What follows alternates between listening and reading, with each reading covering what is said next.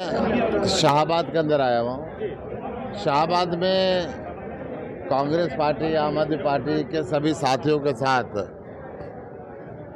जो समय बचा 37 दिन, इसको कैसे इस्तेमाल करना है, कैसे गांव-गांव के अंदर जाना है, कैसे लोगों को हाथ जोड़ने हैं, कैसे ये देश के संविधान को तोड़ने पे बीजेपी लगी हुई है, देश के लोकतंत्र को ख़त्म करने पे बीजेपी लगी हुई है, किसानों के ऊपर जो अत्याचार किए, बेटियों पर जो अत्याचार किए, उसको कैसे समझाना है। कल मैं देख रहा था बीजेपी के कैंडिडेट एक बोरी उठा के किसान हितैषी होने का नाटक रच रहे थे।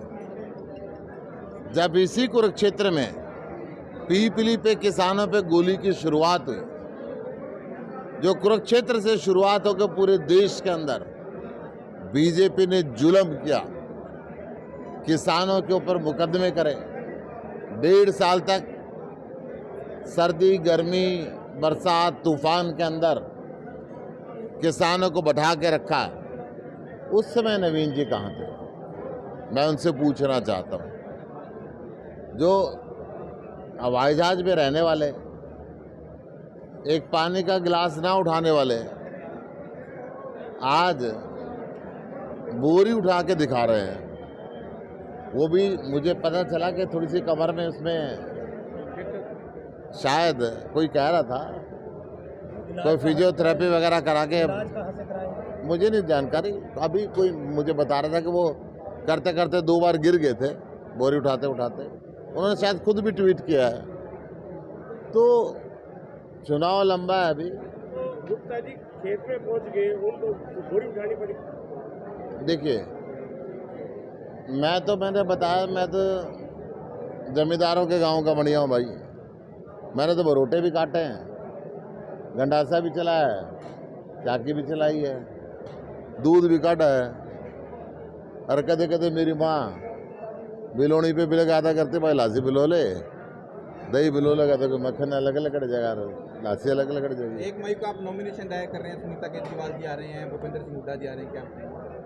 हाँ, अभी टेंटेटिवली ये ऐसा है, बाकी सीनियर नेताओं से बातचीत होगी। मैंने ऐसा प्लान किया है कि 1 मई को मैं कर पाऊँ, परंतु अभी मुझे अपने दोनों वरिष्ठ नेताओं से इनसे बात करनी पड़ेगी। और कह रहे हैं कि अभय चौटाला मेरे बड़े भाई हैं, वो निशाना साध सकते हैं, उनका पूरा हक है। ये बात सही है, वो उनके बड़े भाई हैं, उन्हीं के लिए आए हैं।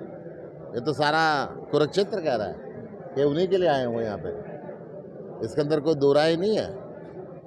वो उनको मदद करने के लिए आए हैं, तो बड़े भाई का वो फर्ज निभा रहे हैं। बीजेपी को जिताने के लिए आए हैं, वो फर्ज उसका निभा रहे हैं। आज कोई ज्वाइनिंग हुई है, कोई ज्वाइनिंग हुई है आप लोगों के शाहबाद में? आज ज्वाइनिंग सुबह आज हुई थी, मैं करा के आया था। सब्जी मंडी के अंदर मैं गया था, कुछ घर के लिए सब्जी खरीदी थी, कुछ फल खरीदे थे। सब्जी मंडी में लोगों को मिल के आया था। चाय भी पिलाई है आज आपने? फिर चाय बनाई, चाय खुद भी पी, लोगों को भी पिलाई। जो देश में हर व्यक्ति को घर का दफ्तर का दोनों काम करने चाहिए, तो मैं भी थोड़ा थोड़ा कर लेता हूँ। गुप्ता जी, अनिल विज का बयान है आज। जुल्म का जवाब वोट से। दिल्ली की जनता ने कहा, ना इनसे डरना, ना झुकना, ना टूटना, ना बिकना। जेल से सरकार चलाओ, अच्छी 24 घंटे बिजली दो, 24 घंटे पानी दो, बढ़िया शिक्षा दो, बढ़िया चिकित्सा दो। जो काम अरविंद केजरीवाल ने जारी किए वो जारी रहने चाहिए। सरकार जेल से चल रही है, बहुत सुंदर चल रही है। हर सप्ताह कैबिनेट मंत्री जाते हैं, केजरीवाल जी से मिल के आते हैं, उनसे निर्देश लेते हैं और चीज़ों का आगे बढ़े। तो ऐसा तो नहीं है बीजेपी सरकार जो बुजुर्ग हो जाते हैं उनको साइड में कर देती है? बीजेपी सरकार तो भाई इनके संस्कार ही हैं बुजुर्गों को साइड में कर देना, ये सदा ही करते आए। इनके अनिल विज तो बहुत दुखी है बेचारा, उनकी हालत में मुझे भी ऐसा लगता है कि शायद बीजेपी ने अच्छा नहीं किया। वो सीनियर मोस्ट है। आपको तरस आता है? मुझे ऐसा लगता है कि सीनियर लोगों की इज्जत करनी चाहिए। अगर घर के अंदर अपने घर को कि आप बुजुर्गों की इज्जत करना बंद कर दोगे तो कैसा घर का हाल होगा आप अंदाज़ा लगा सकते ये मनोहर लाल भी हटा दिया ना सीएम से। हैं। मैं तो ये कह रहा हूँ कि कोई भी हो, बुजुर्गों की घर में इज्जत होनी चाहिए और सरकार में भी होनी चाहिए। उनके तजुर्बे का लाभ उठाना चाहिए, उनसे चर्चा करनी चाहिए। वो तो कह रहे हैं हमारे तो किसी ने पूछा ही नहीं।